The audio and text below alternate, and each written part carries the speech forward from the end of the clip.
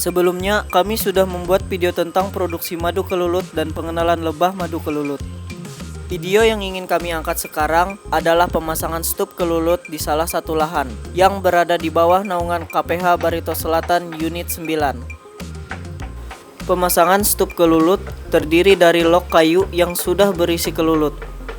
Log kayu yang sudah dihuni oleh lebah kelulut dipotong untuk membuka jalur lubang stup yang sudah dibuat. Video ini akan menjabarkan beberapa tahap yang diperlukan ketika pemasangan stup kelulut dilakukan. Hal yang perlu diperhatikan adalah ketersediaan stup dan log kelulut yang sudah dihuni oleh lebah madu kelulut.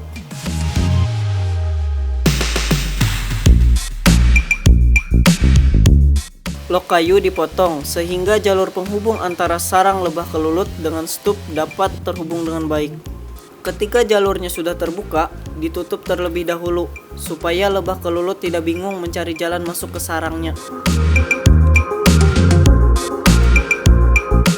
Setelah jalur ditutup, stup kelulut yang sudah dilubangi sesuai besar jalur yang sudah terbuka diletakkan di atas log kayu yang berisi koloni kelulut. Jika stup dan log kayu sudah terpasang, tahap selanjutnya adalah memasang plastik bening untuk penutup stup bagian atasnya. Supaya penutup plastik beningnya dapat tertutup rapat, gunakan lem atau propolis dari lebah kelulut tersebut. Lalu selanjutnya adalah lapisan kedua, yaitu plastik hitam. Setelah itu, jalur kelulut yang ditutup bisa dibuka kembali sehingga kelulut dapat membuat kantong baru di dalam stup yang sudah diletakkan di atas log kayu. Setelah semua langkah tersebut selesai dilakukan, tutup stup menggunakan topping sebagai penutup. Untuk video pembuatan stup dan topping, klik video di pojok kanan atas. Dapat dilihat bahwa kelulut sudah mulai mengisi ke dalam stup. Diperlukan waktu sekitar 1-2 minggu untuk kelulut membuat kantong baru yang berisikan madu murni. Akan tetapi, jika kelulut aktif, biasanya waktu yang diperlukan relatif cepat dari estimasi yang ada. Untuk pengukuran lubang penghubung antara stup dan log kayu harus presisi dan tidak boleh ada celah untuk kelulut keluar, sehingga jalur masuk dan keluar hanya satu jalur saja. Yang dimaksud dari satu jalur adalah corong yang berada di log kayu.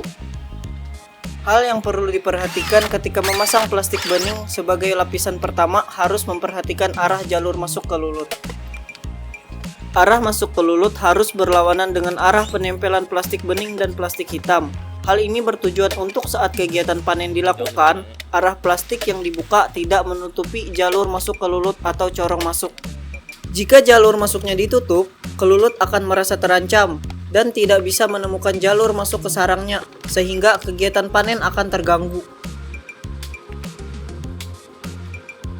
Itulah cara memasang stup kelulut. Dan hal-hal apa saja yang perlu diperhatikan ketika memasang stup kelulut. Silahkan cek video kami yang lainnya untuk bahan pembelajaran yang lain.